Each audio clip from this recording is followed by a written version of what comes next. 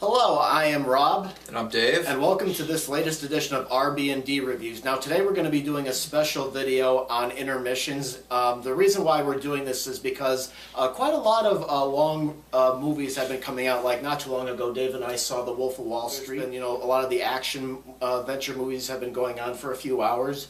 And so basically we wanted to do this video on the pros and cons of bringing back intermissions to the theaters. Now for those of you that don't know what an intermission is, it's basically a break that occurs in the middle of the movie.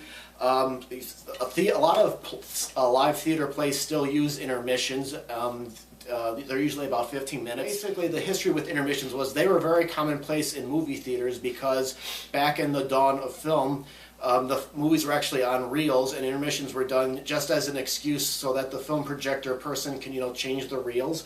And of course, once movies became, during the 50s and 60s, there were, big epic movies coming out that they were kind of like event pictures, and intermissions were oftentimes brought in. These movies were anywhere from 3 to 4 hours long. Some of these included stuff like Gone with the Wind, Birth of a Nation, Ben-Hur, Spartacus, Lawrence of Arabia, It's a Mad, Mad World, 2001, Sound of Music, all different kinds of movies used them as a matter of fact. And as a matter of fact, on some DVDs they still include the original overture and intermission music. I guess kind of show the people at home what they were like. But intermissions eventually were kind of phased out of movie theaters for a couple of reasons. For one, there was a demand for more screenings of movies, and eventually also in multiplexes. Apparently there were problems where people would oftentimes during intermission sneak out to check out another movie in another screening room. And one of the last movies to feature an intermission from that period was Gandhi. Intermissions were briefly brought back with Schindler's List. But there were different types of pros and cons with intermissions, and we're going to go ahead and discuss that today. So Dave? For me, I think it would be nice if intermissions were brought back for movies because, for one thing, like if it's a really long movie like Return of the King or Wolf on Wall Street, oftentimes you have to hold it in, or you'd have to leave the screen room to go to the bathroom. Right, or if you need to go out and have a cigarette or whatever, and you gotta wait because you don't want to miss nothing. And so that's something I think would be kind of nice to do. That another thing, of course, with intermissions is that a lot of times movie theaters have been complaining about people not listening to the concession stand. I think intermissions would be perfect. You could go to the concession stand, you can get, refill on your popcorn, get some drinks, right, or what have you, stretch your legs. Yeah, and you won't have to worry about missing anything and then having to come back. Yeah, because with Wolf on Wall Street, I was smart that I didn't get anything from the concession stand or have anything to eat or drink beforehand because I was so enthralled with what was going on. I didn't want to, leave the theater, and oftentimes it frustrates me sometimes when I go to the movies and I end up walking out for a few minutes to use the bathroom. I think intermissions would be very good, But I think that's another thing the theaters do, is another reason they got rid of intermissions. If you really got to walk out, you will, and then you end up like missing something, and then you'll end up having to come back and pay to watch the movie again at another time, and that's how theaters make more money that way too. So. Well, either that, or they can wait till the movie comes out, or unfortunately there are bootlegs out there, so they can easily catch up with that. I mean, that would be another thing too. Like I said, many live theaters still use intermission, although there are some plays where they'll do a play 90 minutes straight with no intermission.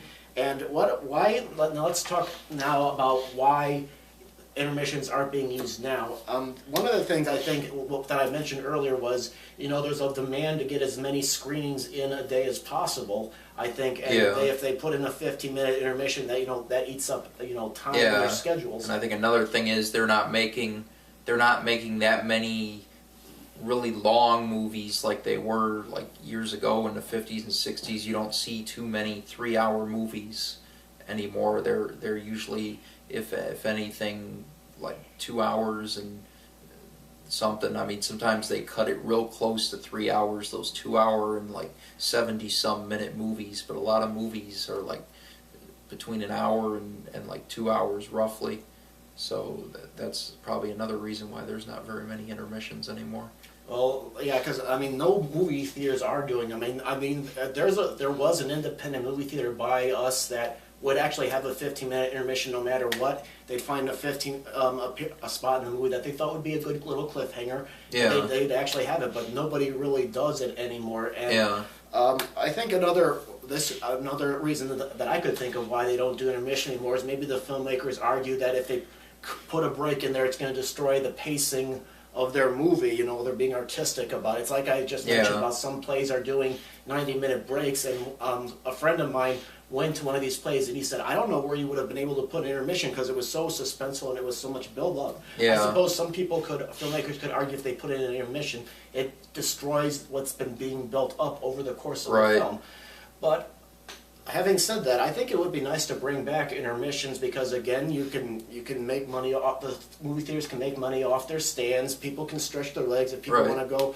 That would be tricky though. If they have to leave the theater to go for a smoke, you know, they'd have to have something to show that they already bought the ticket. I think that could be another problem. Otherwise, they could. Well, you got to keep your. That's why they tell you keep your ticket stub if you got to go. If you have to go smoke. So. Yeah, and I think what they could also do is they could say that they bought the ticket already when they didn't, maybe.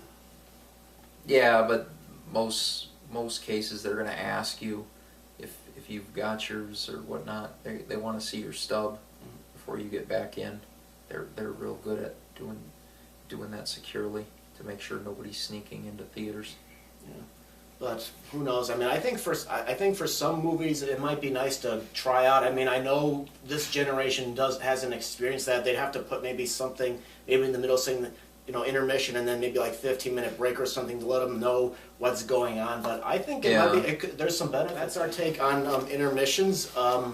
So we're going to go ahead and open the floor to you. If you want to throw in your 2 cents about whether you think this concept would still work in today's age, go ahead and let us know. Thanks for watching.